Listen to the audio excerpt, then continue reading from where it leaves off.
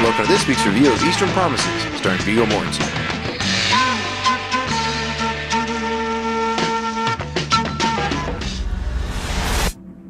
Showtime.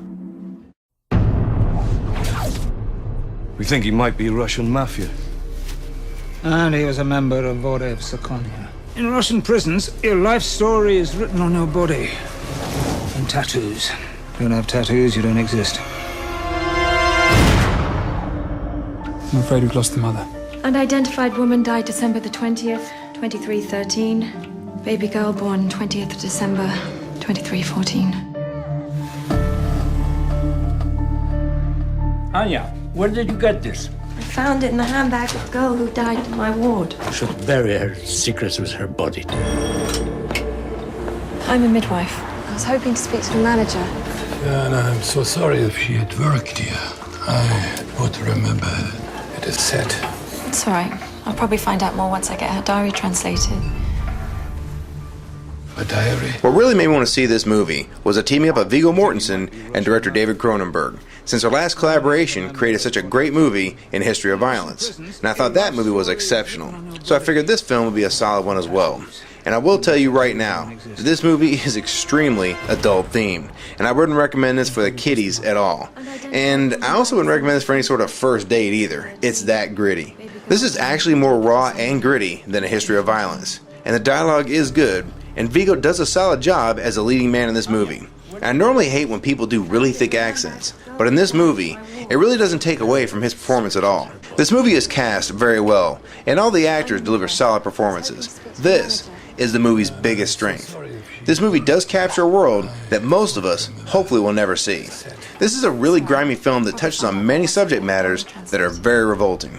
It also does this in a very down-to-earth and unsensationalized way. Most movies try to appear gritty, but this movie does this better than most. This movie has its share of violence and it pulls no punches. We've all seen countless fight scenes in movies, but I can tell you one thing. You'll see a fight scene in this movie unlike any other. And let's just say, you'll see the full Monty in this one. Very realistic considering the setting. And that must have been very awkward to shoot this scene over and over, day after day. I will say that I was riveted to this movie from the very beginning, and I found the storyline to be really interesting for the first two acts. The last act is where I began to have some issues with this movie, and I felt like I was able to figure out way too much of how the story is going to play out without really even trying. And sure, this is not supposed to be a complete mystery, but I found the movie to be a little too predictable. The biggest single problem I had with this movie was I felt the story didn't wrap up really well. And when the screen went to black, I was hoping there'd be more to the movie. And I don't mind leaving some things up for the audience to interpret, but sometimes you just don't feel they deliver a satisfying ending. Half the story was complete, but the other half was just left open. Another small issue I have with this movie was I missed the presence of a great antagonist in this film, like in History of Violence. Ed Harris and William Hurt were both brilliant, and I missed the fact that this movie really didn't have that type of opposition. I know these movies aren't really meant to be compared, but when you have the same director and leading actor in a film, you can't help but somewhat refer to it. Maybe it's kind of like when people talk about Lock, Stock, and Two Smoking Barrels. Someone will usually bring up the movie Snatch. They have some similarities. And even though they're really not meant to be looked at in the same discussion, once one of them is brought up, the other is sure to follow. I think knowing they have done this before and better was what made me feel like it fell a little short of what it could have been. Overall, I would say this was a pretty solid movie, but considering the people behind it and the ending being somewhat of a letdown, I couldn't give it quite the recommendation I was hoping to. And I did go out of my way to see this movie early because of the people involved in this project. Now, it wasn't a bad movie by any means, and I will recommend it to all those who like movies that have a real-life feel and don't pull any punches, because this movie doesn't. For my overall rating, I give Eastern Promises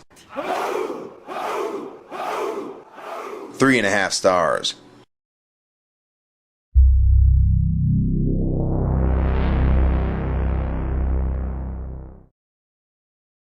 Forget any of this ever happened. Stay away from people like me.